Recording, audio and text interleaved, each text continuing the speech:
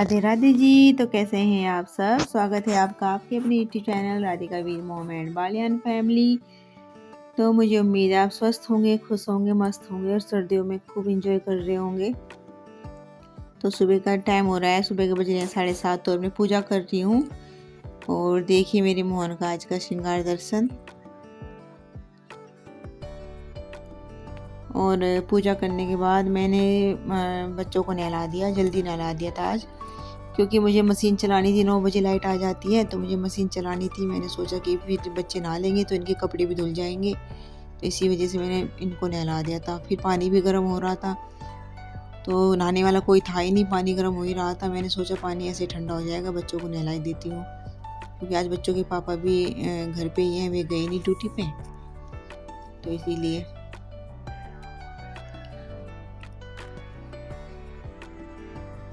और ये लाइट भी आ गई थी तो फिर मैंने मशीन चला दी। आज लाइट थोड़ी जल्दी आ गई थी, ऐसे आ गई थी 8:30 बजे के करीब। 9 बजे आती है वैसे, पर 8:30 बजे आ गई थी। तो फिर मैंने मशीन लगा दी थी लाइट के आते ही। उसके बाद बनाया आज नाश्ता, क्योंकि बच्चे लेट उठे। तो फिर जब लेट, बच्चों के पापा भी घर, बच्चे भी घर, तो जब सब घर रहते हैं तो काम फिर ऐसे लेट होता चला जाता है।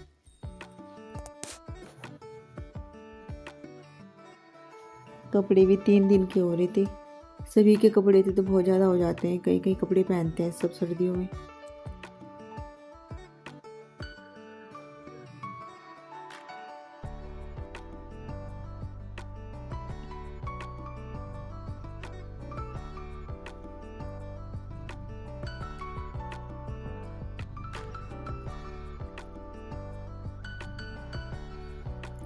अब नाश्ता बनाने लगी हूँ। आज नाश्ते में बना रही हूँ आलू के पराठे, क्योंकि आलू के पराठे वैसे तो बनते रहते हैं बच्चों के लिए, टिफ़िन के लिए, लेकिन मतलब वो ठंडे हो जाते हैं जब बच्चे स्कूल में खाते हैं। तो पर इसीलिए मैंने सोचा चलो आज छुट्टी भी है बच्चों की, बच्चे घर पे ही हैं, तो गरम गरम खा लेंगे आलू के पराठे, क्योंकि पराठे तो गर्म ही अच्छे लगते हैं।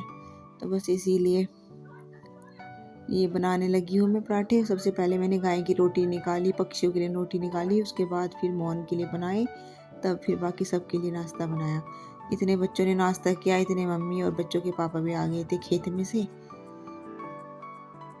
फिर सभी ने एक साथ नाश्ता कर लिया।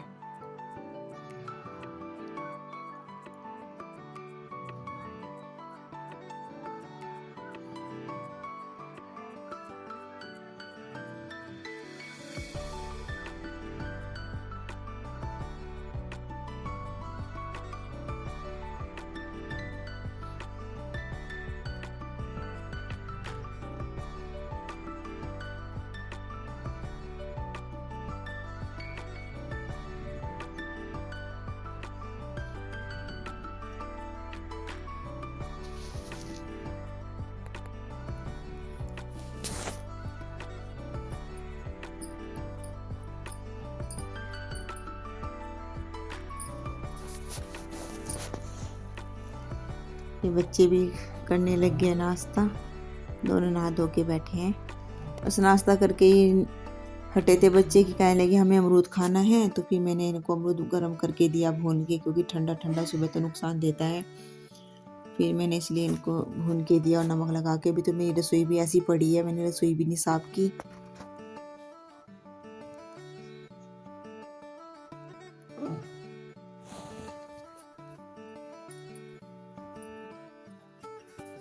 और अब बस रसोई का काम फिनिश करके कमरे की सफाई करने के लिए आ गई हूँ। मैंने आज बेड की चादर बदल दी, क्योंकि मशीन चली रही थी, मैंने सोचा धुल जाएगी चादर, तो फिर इसलिए दूसरी चादर बिछा दी। ये भी गर्म चादर है जो मैंने बिछाई है, वो भी गर्म ही चादर थी जो धोने के लिए रखी।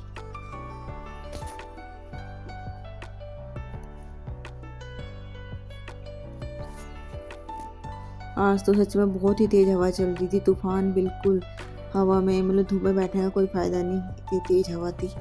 मैंने बस थोड़ी देर बैठाई मोहन भी बाहर, क्योंकि इतनी ठंडी हवा चल रही थी कि धूप का पता ही नहीं चल रहा था हवा में। कपड़े भी उड़ उड़ जा रहे थे।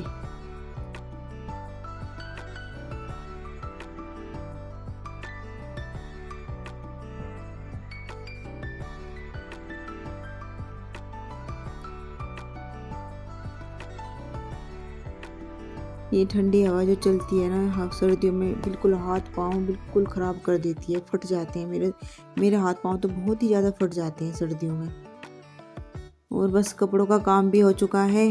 कपड़े धुलते धुलते मुझको 4 बज गए थे, क्योंकि 10:30 बजे लाइट चली गई थी। सारे कपड़े धुल नहीं पाए, 2 ही बार के कपड़े धुले थे मशीन में। सारे कपड़े ऐसे ही पड़े रहे। फिर 2:30 बजे लाइट आई, तब मैंने बाकी कपड़े धुले। तो आज पूरा दिन ही कपड़ों में चला गया। किसी किसी दिन तो ऐसा होता है कि एक ही काम में पूरा दिन चला जाता है ऐसे ही। मावा भी नहीं निकला, मावा निकालना सोची थी, मैंने सोचा कपड़े धुल जाएंगे 12 बजे तक तो मावा निकाल दूंगी। और मुझे देखो 4 बज गए कपड़े धोने में 4 इसलिए बजे क्योंकि बीच में लाइट चली गई थी। 10:30 बजे लाइट चली गई थी। 10:30 बजे से गई भी लाइट, आई 2:30 बजे, और 2:30 बजे के बाद तब धुले कपड़े। वरना सुबह सिर्फ 2 ही बार के कपड़े धुले थे मशीन में, बाकी कपड़े तो सब ऐसे पड़े रह गए थे। और चादर भी धोई आज बेड की मैंने। और बस बिजली की वजह से सारा काम खराब हो गया। मतलब कपड़े मेरे सुबह 12 बजे तक मैं सारे कपड़े धो देती और सूख भी जाती, टाइम पे सूख भी जाते कपड़े। और अब इस टाइम 4 बजे धुल के निपटे, सूखने के भी नहीं। मतलब अगर टाइम से धुल जाए तो टाइम से सूख भी जाते हैं। और आज तो पता मौसम बहुत ही अच्छा हो रहा था सुबह से ही। आज सुबह ही धूप निकली, मतलब बिल्कुल भी कोहरा नहीं था, ना घटा थी। सुबह से ही धूप निकल गई थी। तो मैंने सोचा था 4:30 बज गए हैं, मैं सोच रही हूँ चूल्हा चला के मावा निकाल लूँ। और इतनी तेज हवा चल रही है, हवा को देख के डर लग रहा है चूल्हा चलाते हुए, क्योंकि बहुत ही धुआं हो जाता है और आग नहीं जलती बिल्कुल भी अच्छे से। तो पर निकालना तो है, क्योंकि दूध भी रखा हुआ है, अभी गर्म भी नहीं किया था। आज मैंने दूध कच्चा ही रख रखा है मावा निकालने के लिए। तो बस चलाती हूँ चूल्हा। तो लग गई मैं मावा निकालने के लिए। कल भी निकाला था और आज भी निकाल रही हूँ। मुझे टाइम हो रहा है 5 जब मैं मावा निकाल रही हूँ, क्योंकि मैंने 4:30 बजे चूल्हा चलाया था। चूल्हा चलाते ही हटी थी कि तभी मेहमान आ गए थे शादी का कार्ड देने के लिए मम्मी की रिश्तेदारी से। तो बस फिर चाय वाय दी उनको, मेहमानों को। तो फिर मुझको 5 बज गए, तब मैंने कढ़ाई रखी मावा निकालने के लिए। और इतनी ठंडी हवा चल रही है ना, पीछे से मतलब कमर बिल्कुल ठंडी हो गई है मेरी। और आगे से तो चूल्हे की आँच लग रही है, अच्छी सेक लग रही है चूल्हे से, पर पीछे से तो बिल्कुल कमर ठंडी होगी मेरी। ये वीर भी मस्ती कर रहा है, ये भी घेर में गया हुआ था मम्मी के साथ और अभी आया घेर में से।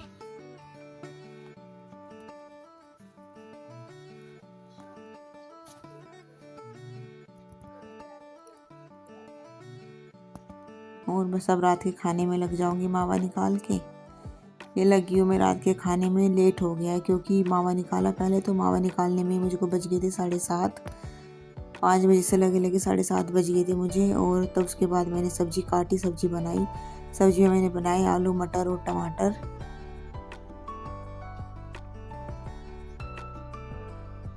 और बस सब्जी बना के फिर आटा गूंद दूंगी।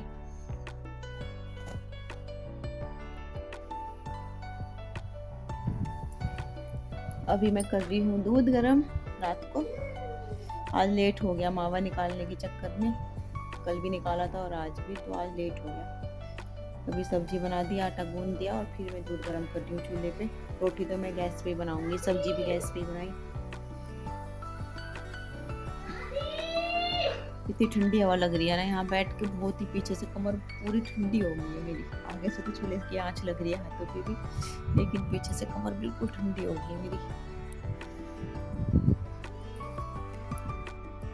तो बस दूध गर्म करके अब बना रही हूँ रोटी। खाने वाले सभी आ गए थे, मम्मी भी, नितिन भी और इस बच्चों के पापा भी। तो जी बस अपने ब्लॉग को भी यहीं पर रोकती हूँ। आज की वीडियो कैसी लगी प्लीज़ कमेंट करके ज़रूर बताना। अगर मेरी वीडियो अच्छी लगी हो तो प्लीज़ लाइक करना और शेयर करना, और मेरे चैनल पर नए हो तो चैनल को सब्सक्राइब करना। तो मिलते हैं अगले ब्लॉग में, तब तक के लिए अपना ध्यान रखें, स्वस्थ रहें, खुश रहें, मस्त रहें और यूँ ही मेरी वीडियो देखते रहें। तो फिर मिलते हैं अगले ब्लॉग में, तब तक के लिए bye, Radhe Radhe, thank you.